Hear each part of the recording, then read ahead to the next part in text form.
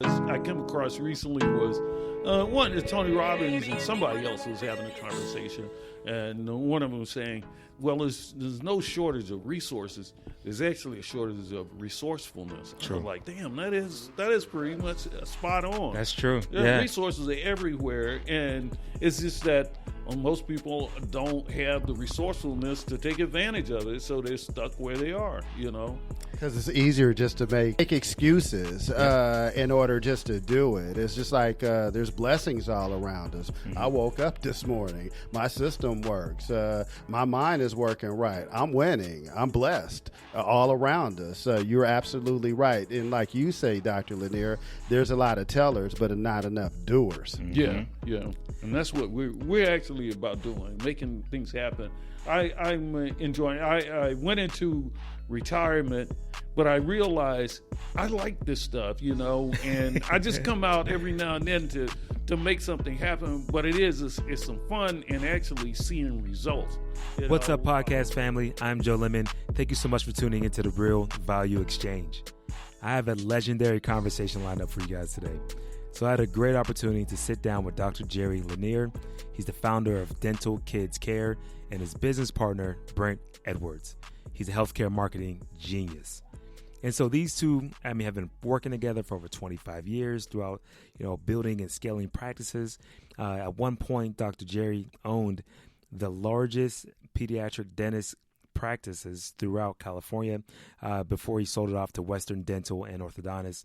And now literally there's over 244 clinics and they're still growing. I mean, honestly, you guys are going to get a lot out of this conversation. So we're going to talk about everything from planning your exit. We're talking to some heavy pieces about healthcare as well. Even if the whole healthcare model does go to more of a socialized, healthcare, there's still going to be some really good opportunities for entrepreneurs there. So we dive into those topics even deeper. But one of the biggest pieces of the conversation that I think all my clients will really get a lot of good takeaways from, or anybody that owns a practice, or if you're any business of that standpoint, is the basics of just having a well-oiled machine that's branded, that's going to be sellable if you want to exit. At some point, you never know. Things change. You might want to have someone come to you and make you a really uncomfortable offer to actually move away from your business so they can take it over. There's nothing wrong with that. I think it's one of the best strategies to have and plan up for it. So things just like, being proactive with patients, having that relationships down, preventing problems, catching them up front, little things like not unmarketing your actual clinic. I see my clients do it all the time, and it's something that we don't think about that we're doing, but little things about how your signage is not being properly lit, even the location that you choose, which is huge. I mean, that could be all unmarketing things that you want to see happen. And marketing is so much bigger than just like you buying some advertisements in a spot. Your marketing speaks throughout your whole business. It's your reputation. That's what we're talking about, your reputation. So if you come into the actual lobby and the lobby's dirty, or if you come into it and no one greets you, that's all a part of your reputation. So I love how they have framed up how to scale out of the actual business, and we get into the weeds of it. So you guys will have fun with this. We even talk about his book that's just on Amazon right now. It's called Entrepreneur Dentist. He dives into the 5 Ps about what's going to make your dental practice sellable, owning your niche, and of course, keeping your eye on the exit. So with that said, guys, this is going to be a really fun conversation. From it. I'd love to hear from you. You can reach me at joealexlemon.org, or you can reach me on any of your major platforms. I love LinkedIn, but I'm at wherever you are, TikTok, Facebook, you name it. I'm there at Joe Alex Lemon. With that said, guys, let's go ahead and dive into today's show. Guys, I got to say, I'm loving the whole energy already. Yeah. I mean, so let me just kind of start it off by, I linked up with Brent whenever we were just on LinkedIn. He has some healthcare marketing posts. I'm in the healthcare, obviously, and I care about it. And I'm like, man, there's not enough people talking about healthcare. And then I was like, let me just shoot him a DM and let's see if we can talk. And he got right back to me.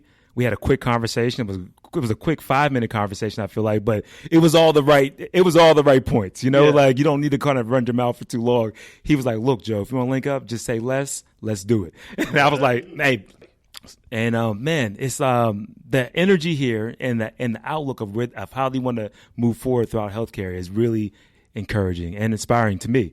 As a person that's kind of newer to the market, you guys have a couple championship belts under you already. You guys have one in this space. So I'm looking forward to really learning from you two today. So welcome to the podcast. Thank you for even providing us with this opportunity. And you're absolutely right, Joe. When we communicated, I said, let's say less and do more. And I knew that I was going to bring my mentor, Dr. Jerry Lanier, into the fold. And I think that this is certainly going to be a very dynamic conversation. And I think your listeners will be enriched by it. Love it. Love it. So you guys got to tell me, how did you two get linked up? Because he's your mentor. So how did that interaction even start? Early on when I first started Kids Dental Care, prior to that, we worked for the same guy, Dr. Scott Jackson, and Brent was the marketing director there, and I wasn't trying to pick him off. We had, it was only two brothers up in there though, so we had to have a little conversation. And then we had the little conversation about me starting my own office. And I started a little small office here in Hollywood, and Brent just happened to stop in one day, said he wanted to offer his services. And I was just telling the story. So many people could benefit from this. Joe, he walks in. He said, Doc, I want to work with you, but I'm going to make you an offer here. I'm going to do your marketing for you for 1 month. If you like it, you pay me. If not, you don't owe me anything. Mm-hmm. Wow.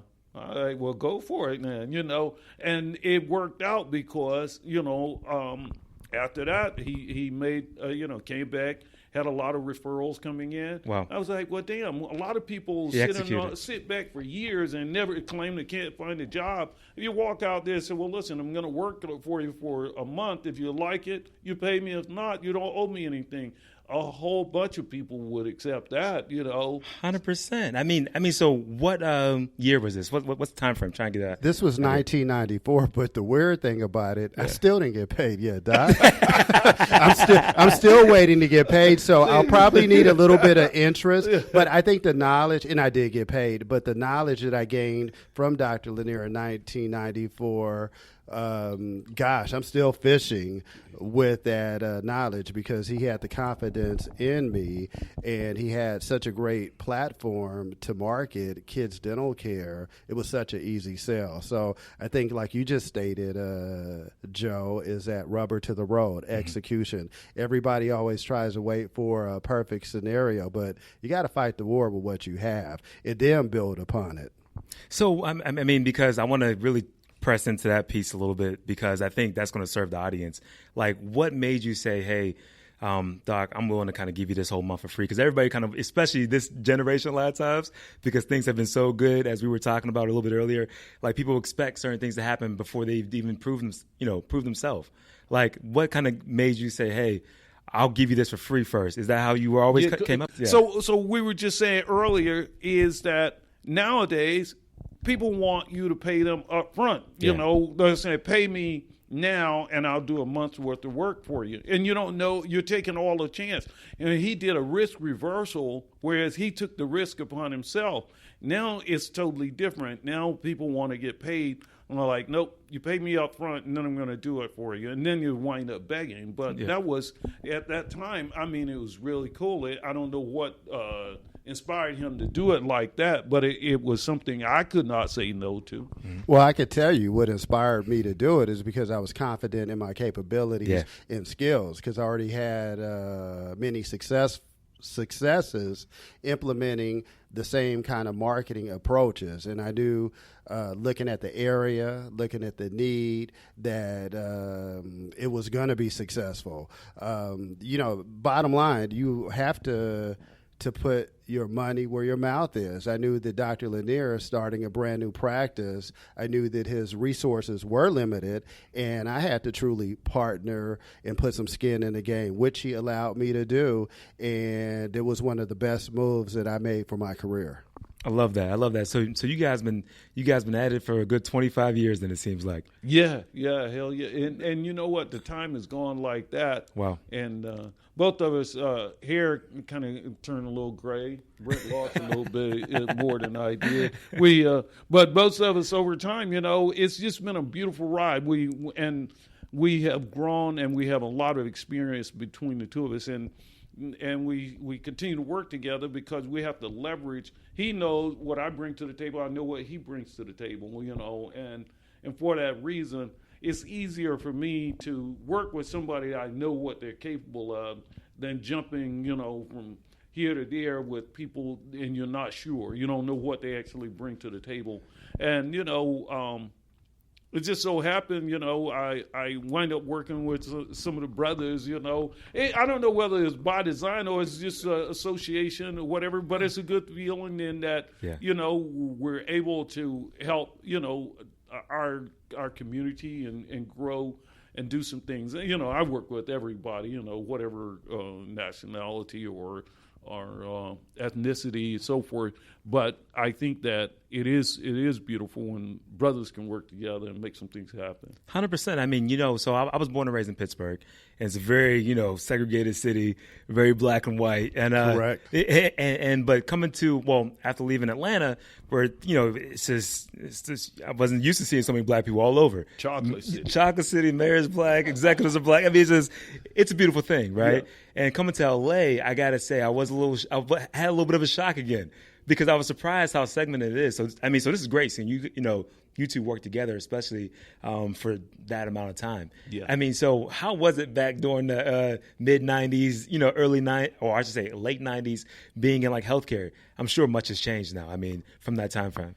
If I may, from a marketing perspective, Dr. Lanier's niche was pediatric dentistry. Mm-hmm. Although he's a general dentist, he delivered pediatric dentistry. He limited his practice to caring for kids in communities where access was limited. We pioneered the direct-to-consumer marketing, the guerrilla marketing. We had promotional vehicles, and so it was virgin territory. We didn't have many competitors.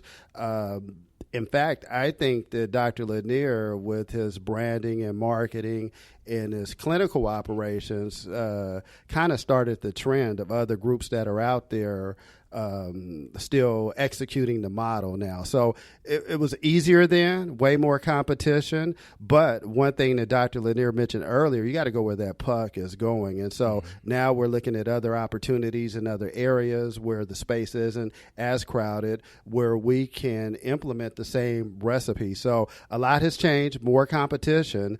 And I just think it's super exciting with now medicine and dental coming together with the integration in healthcare to really take that holistic approach. Mm-hmm, mm-hmm. I'm excited to hear that because, it's a conversation to this day that, at least because I work more on the physical medicine rehab science side, right? And that's, to this day, things people are still trying to execute on. So it's impressive to hear that back in '94, you guys were niching down like that. Because that's a very bold move, right? Yeah. I mean, for like people that don't understand healthcare models, it's like people think a lot of times, from at least a lot of my clients, how we talk about it, is that you feel like you're missing out on stuff. And you're missing out on patients coming through the door if you limit yourself. And what they don't realize, obviously, is what you guys caught on to 25 years ago, is that you're actually going deeper and having better relationships and really serving the people, or really serving the people that like you really want to can probably get the best outcomes for. Yeah. And that's the best marketing, because now you got people talking about you guys probably like crazy. Yeah. And that was the thing I was discussing with the doctor earlier this morning is I have this slogan, your niche can make you rich. He had said, your niche will make you rich. I said, no, not will, because not everybody that jumps into a niche is going to get rich, but it can make you rich if you can focus and stay focused, because the thing is, like you said, you always feel as though you're missing out on something, and then you wind up trying to be all things to all people, and that dilutes everything that people really thinks about your abilities and skills. So the more you can limit, and not only what they think about it, but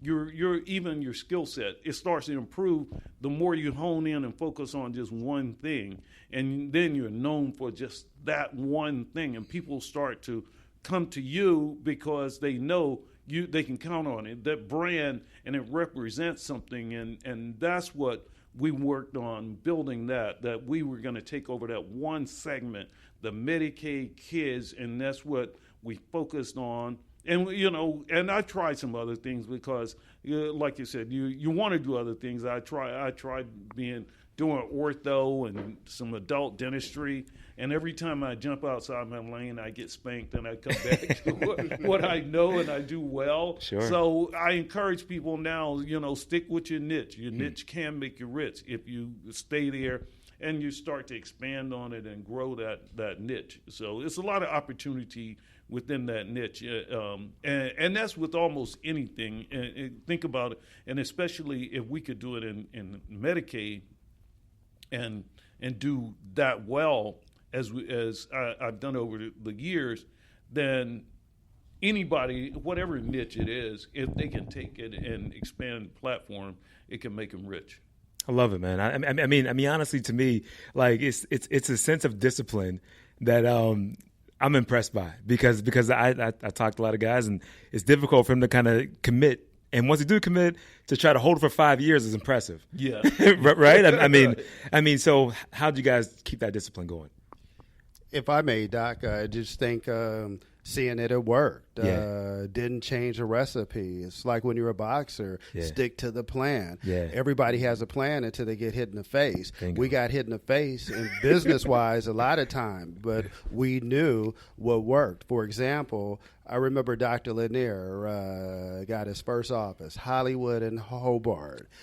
We had to literally grow into our image. This place looked like 1970s, carpeting, fish tank, wood paneling. But Dr. Lanier went out immediately and spent $5,000 a month on a billboard. So when people would get to our office, they were like, wow, this is it. But then when they met Dr. Lanier, experienced his quality of care, we kept growing and growing, and finally started to open up brand new state-of-the-art facilities that our image portrayed on the billboards. But I think what's more important than the money is a legacy that we leave behind, because I run into patients that were patients of Dr. Lanier's. Now they have kids that are still going to Kids Dental Care, which is now owned by Western Dental Services. So just the whole legacy, besides the money, anybody can make money. But when we're changing lives through oral health care, it's just such a great thing. Yeah. I mean, thanks for bringing that up too, Brent, because, I think a lot of times, especially, me being a business guy, you are automatically thinking bottom lines, nets, and everything else. And I was about to go somewhere else different, but I think the legacy purpose is way bigger. And this is what's cool about what we're up to today. We have this content that we're putting out. It's going to be evergreen. I don't plan to take it down anytime soon, right? So we have these conversations that people can go back, look at, listen to, get some inspiration off, get some actual knowledge about, and then move forward with their lives with forever, right? Correct. Yeah. So spending money on an actual healthcare practice is something that I don't think a lot of people kind of get into. How was that early days process for you guys? I want to kind of tap back into how you guys kind of grew it to where you guys can actually sell the business, because that's a great feat. Because as Brent was just stating, when that first office, I got an abandoned office because I had gone through some things and I had some real financial stumbles. And so at the time when I started Kids Dental Care, I was struggling. Really, I was on the verge of bankruptcy. I had actually given an attorney some money to file a BK for me. And then he waited, and my rent was due, so I had to go and get the money back. I had given him a deposit. So I never filed a bankruptcy because I couldn't afford it. Yeah. And I went to work. I found this old abandoned dental office, and I got some friends, and we rehabbed it, had some old carpet in there, try to clean that. But what I did do, and the thought came to mind, is as soon as I started making money, I started investing money into the facilities. And that's one of the things I would encourage. I see a lot of times minority business owners don't put the money into the facility. When they start making money, put the money in the pocket or put it into that new car or something, and then the facility can't grow, But if you want to continue, you got to look corporate, and you got to. I remember, and this is kind of off the subject, but we were at a dental convention in Dallas. And I remember the brothers and they were saying, well, we're going to the soul food restaurant, and we go, and it was lines of people. But when I get there, it's like dirty. Yeah. And flies all on the windowsill. I didn't want to eat there. I was like, damn, they're making all of this money and they can't invest any money back into the facility. Yes. So I'm thinking that's something that we never, every time I have a good year, I wanted my offices to look better. I'm trying to compete with the national brands, So I'm there to build a brand and be that. So the money going into my pocket each time is no. I'm plowing everything back into the business because I'm trying to grow and going towards the exit. Once I know if I build it, then when I get ready to exit, the money's going to be there, And, you live the lifestyle of, you're still living a wealthy lifestyle. Sure, yeah. But you're not taking everything out and draining the business. So that was one of the things that I look at that I see a lot of guys don't do. I think it's important. Put money back into your facilities. Reinvest into it. I mean, so did you always have that vision that you wanted to kind of sell the practice off? That you wanted to kind of exit out of? I did. I went through. I wanted to build something that at the end, and as I was telling Dr. earlier, I took a lot of management courses, but one of the courses I studied was a Michael Gerber course, and he talked about building the prototype, and then I think just studying business all the time, I looked at, okay, you need to be able to exit, and you need to exit one day and sell, for multiples of EBITDA. So you need to get to a certain point. Mm-hmm. So I know I needed the economies of scale. And then when, as Warren Buffett says, when everybody else is trying to get in, is your time to be getting out. Yep. So it was when that time came, and all of a sudden the script flipped, and they start putting more money into Medicaid, and people start wanting to get in. I was like, it's time to cash this check. Mm-hmm. And then someone was telling me, Doc, you got out at the wrong time. No, I didn't. It might look like I got out at the wrong time because you can always do it again. But I knew if I sold, I could always turn around because then you got money in your pocket. Yeah. Now you can do whatever you want to. You could do it again, or you could stay on vacation for the next 15 years, And I think the key takeaway from what you just said, you got to listen to your gut. When you know something is real, even if it's your mom, your dad, your husband, your wife, if the creator put it in your mind to do it, it's your job to do it. I love that. I mean, because, I even love you going back to the time whenever you were getting out the gates and you were about to file bankruptcy, because that's like one of those faith moments to me.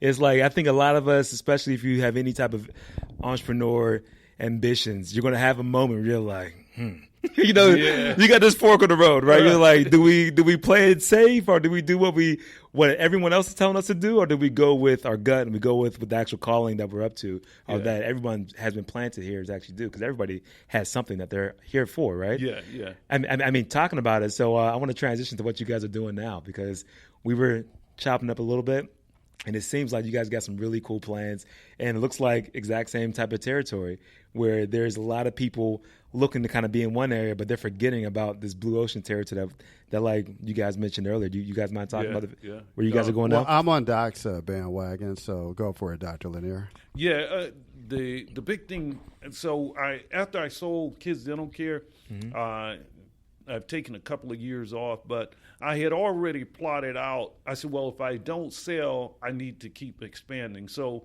I had already scoped out my next turf and where I was going to expand. So I had this expansion territory already mapped out. And once I sold the company, I went ahead. I had money then. I purchased properties. So now I'm building out these medical dental offices in Central California where there's a high need, and they're really trying to recruit providers to go into these areas. There's a lot of needed, there's an underserved area, so the demand is high, and that's what you really want. You want to go where there's a high demand, But the key was to get the providers that are willing to go out there. Now that I think this has happened, I'm in a good position because I'm building out beautiful facilities. Like I said, I love, because I don't know, building the facilities to me. That's a passion for you, huh? It is, because it's like art. Because you could take a piece of property and you could change it. And now it becomes, and one of the things I'm working with a couple of guys that create destination properties. Interesting. And those are like, I'm working with a group that has done like work on amusement parks and stuff like that.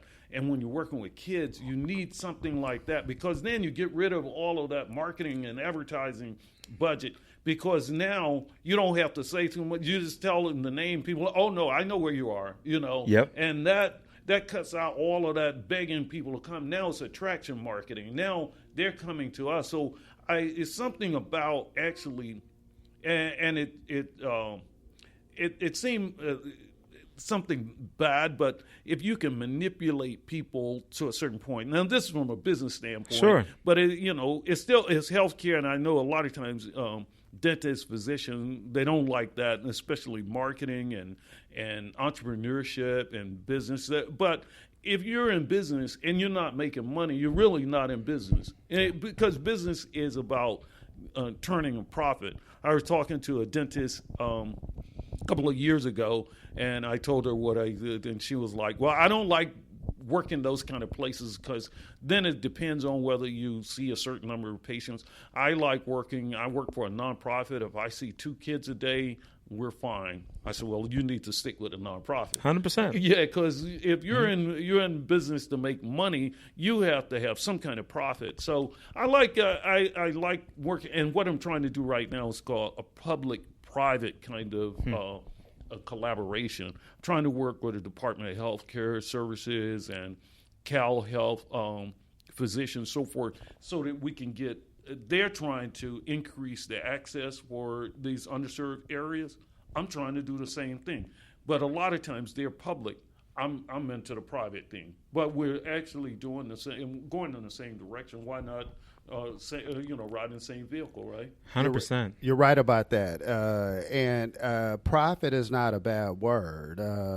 Dr. Lanier, over the years, we must have donated over 100,000 toothbrushes in LA Unified School District, different medical clinics, housing projects. The only way we could do that is because of profits. Going back to building these destination-themed facilities, that's critical to promoting good oral health care. If you send a kid to a practice that's addressing the psychological factors associated with treating small children, they look forward to going back every 6 months for their regular dental exams and checkups. In fact, you used to have a lot of kids that cried because they didn't want to leave your office, which is an incredible thing. Yes. So building upon past successes, using our experience to leverage the doctors, the facilities. Wow, the sky's the limit. Really excited about working with Dr. Lanier again. It's almost like when the band is back together. And, it's some kind of magic that happens, and so I'm just so excited about everything that we have going, that we're planning. And now it's time to put rubber to the road. And as we talk about all the time, Dr. Lanier, to quote the great Peter Drucker, the best way to predict the future is to create it. And that's what we're doing right now. We're creating our futures. I love that. And there is something interesting about what you guys are doing too. I got to say that I'm not sure if the audience understands, is that through Central California, everybody thinks about California and they think San Francisco, LA. At least that's what people that haven't been out here think a lot of times. But there's not a lot going on, through that Central California area, at least, places of attracting people. Right. There aren't a lot of, theme parks or any other Sequoia National Park, maybe Yosemite, maybe. I mean, but so for you guys to put that type of facility out there is really cool and really interesting, because that's going to serve the actual community in a different way as well. Because planting places, especially in places where they're, where they don't have a certain look and they don't have a lot of that around them, right, it does something to the overall confidence of that whole community. So Yeah. I think that's really cool. That's No, it sure does. But the Dr. Lanier, who has done this research, he put the facilities, or he bought these properties in a DTI zone, the Dental Transition Initiative, which is developed by the state to put practices in communities where access is limited. So we're doing good work, but we're also making sound business decisions. You do the right thing, the money will follow. And awesome. and they did all the demographic research for me, so I didn't have to do it.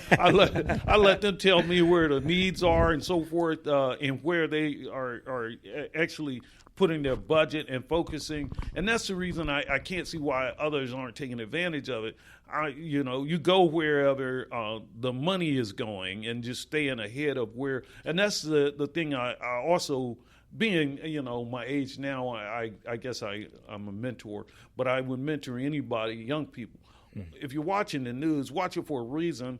The reason I'm watching the news a lot is I want to know where things are going. And if you're watching the news, and if you watch the 2018 midterm elections, it was all about health care. Yeah. And Democrats pretty much swept the midterms, and Democrats, if they continue like that, they'll probably sweep this 2020, and healthcare is at top. So it's not like money is going to go out of healthcare. Money is still moving into healthcare, and you got to go where the fish are biting. And right now, this is a good fishing spot. So anybody that's looking and keeping up with where things are going, like Brent said, you go following where the puck is going, not where it's been. If you see where the puck is going, it's going more and more into healthcare. My only concern is that if we get to a socialized, and I'm all for a socialized system of healthcare. It's just I don't know how it would work for someone like myself who's an entrepreneur. If I was associate dentist, it'd be something different. But I really don't know. And I guess I could study some of the other countries, whether it's England or Canada or so forth, but how an entrepreneur fares in a socialized medicine.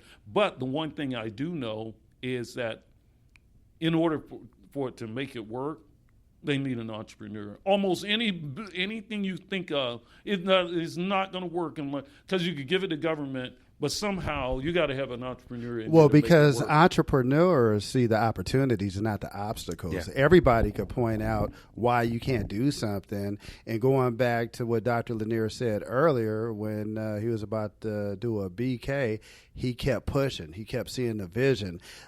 He didn't see that door closing. And hence, here he is right now, super successful. I think you put it in your book, The Entrepreneur Dentist, How to Exit Your Dental Business Rich.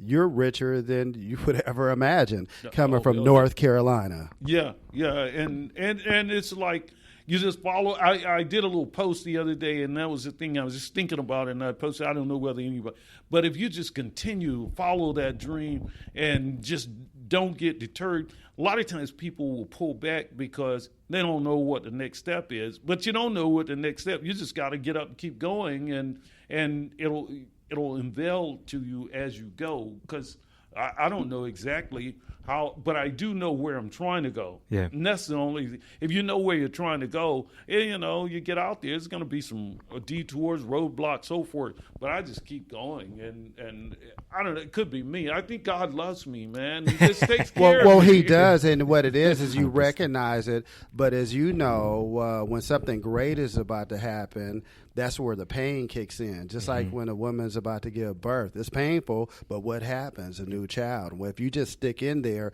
and keep pushing and pushing, that's the test to stay in faith. When everything seems to be going south, you keep going north, and you just stay in faith, and it always happens. And you're talking to two guys who are really living it. I think it's my job to always give back. Coming from South Central Los Angeles, now living in one of the wealthiest communities, like out of Flint Ridge, California, I never would have ever dreamt that it could happen. right attitude, hard work, and keeping a vision. And then it's amazing how people just come in your life. I knew when I met you, Dr. Lanier, we were going to be working together. We shared the same vision, and we executed. Man, you know what? I got to say, I'm pretty honored just to kind of have you guys on the show. I mean, because you should be. I had no clue what I was getting into like that, honestly.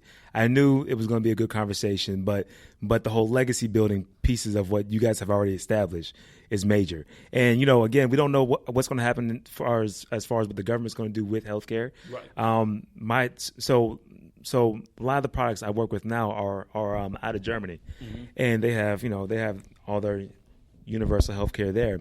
One of the things that happens over there for them is that, you know, everybody can really go to the doctor or dentist, but there's a 6-month waiting list. Yeah. And so if you want to get ahead of the waiting list, if you want any type of specialty services, then you pay cash for those services, right? And so I think there's going to be opportunities. Yeah. That's all I'm saying. I don't think it's going to go anywhere.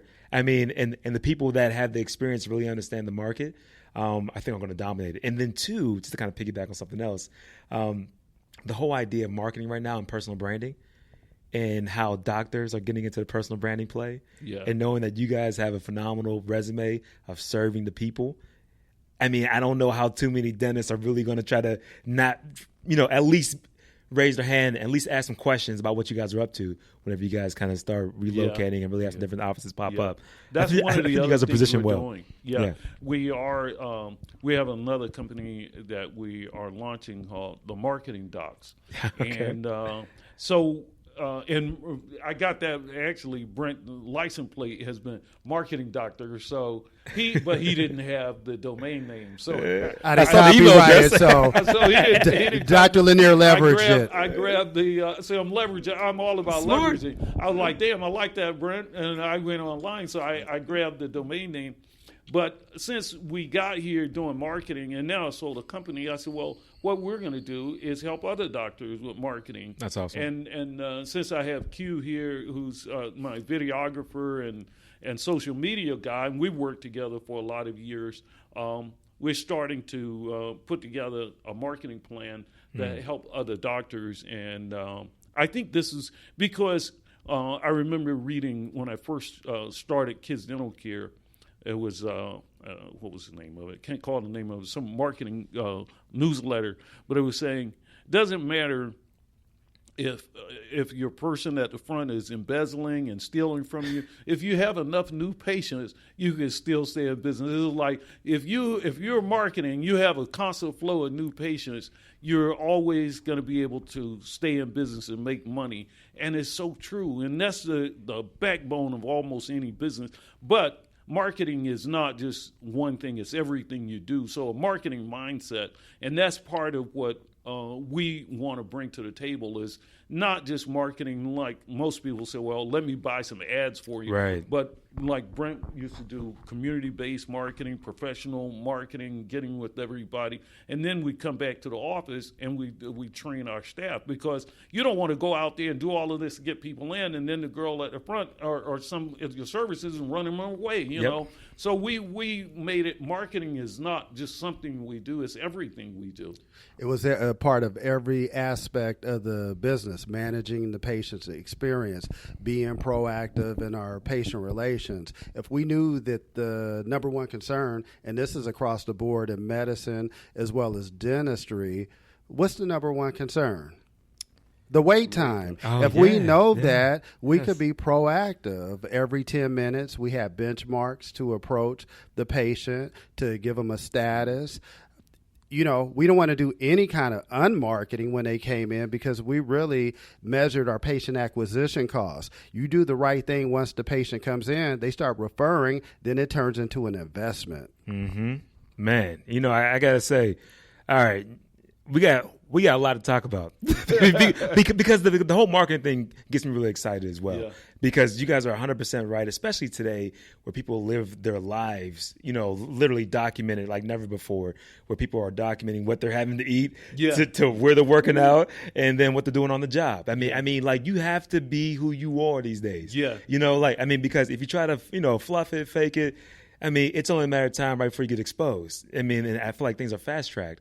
It's one of the reasons why I like podcasting, of course, because I can add this context, layer it in, get to know lots of my actual clients. But it's like, man, staying true to what you believe in and then living it out. Yeah, that's going to be something that I think everybody can really learn from. So that's going to be interesting, really seeing how you guys kind of have that roll out as well. Yeah. Yeah, you got some big plans. I like it. I like because when you said that about the patient experience, and then you were saying about the online and so forth, it is so true now. Almost instantaneously, people are talking about the experience. You go somewhere, and before a person even tastes the food, they take a picture of it because the experience, they want to share that experience of what it looks like. And the same thing now, you go to a dental office, a person walks out back to the waiting room before they even leave, they've already posted, stars or whatever, or they say if it's negative before they even walk out. They've already told the community.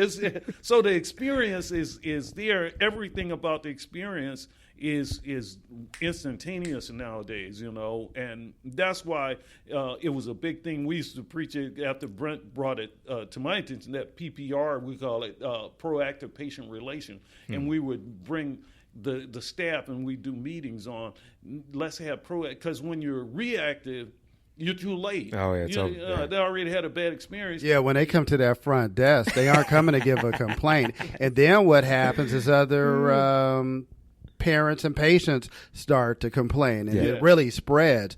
When you could prevent that, you could be proactive in your patient relations. The way we answered the phone was scripted. The way they greeted the patients at the front desk was scripted. Even that wait time, like you said, since preventive problem scanning. Get up and go and talk to them before they say anything. Don't if wait. They're sitting there looking at their watch, folding their arms, they aren't happy. Yeah, and so it's been good, and that's the thing I've enjoyed, Joe, is the whole thing I've learned. I was like, damn, if I could live 2 lifetimes, man, I would really knock it out the park, because I know a lot now, but I'm just too old and lazy to get my ass up and do anything now. So I can share it with somebody else young enough to go run the game. I can tell them what to do. The hard thing, though, is convincing people.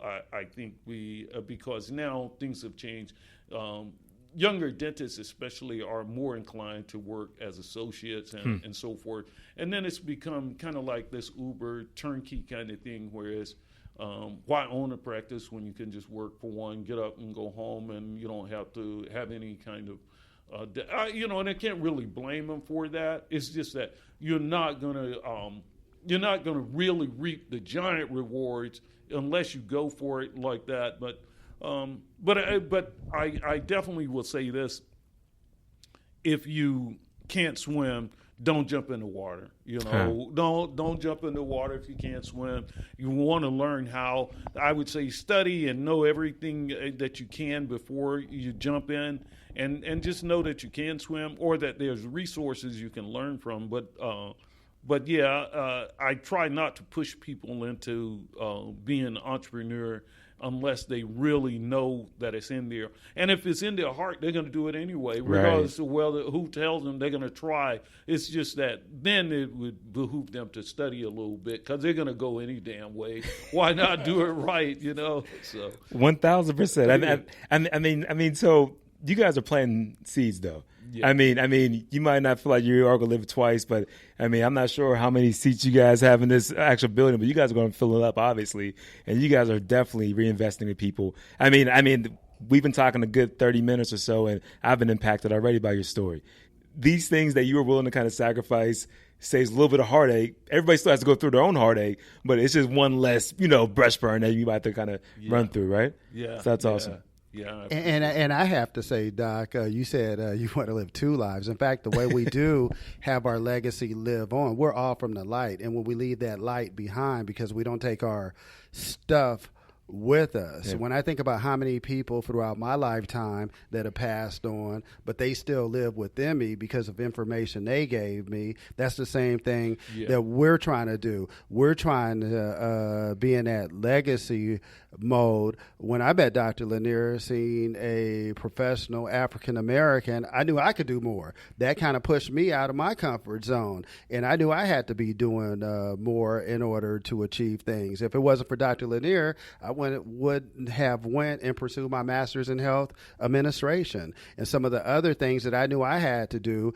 to fulfill my legacy and some of the things that I needed to be doing. So anytime, and I think all of us, all your audience should do this, just being kind to people, doing the right thing. We're all connected in some kind of way. If you heard, I heard. So I always try to go around with that kind of attitude in order to make a difference.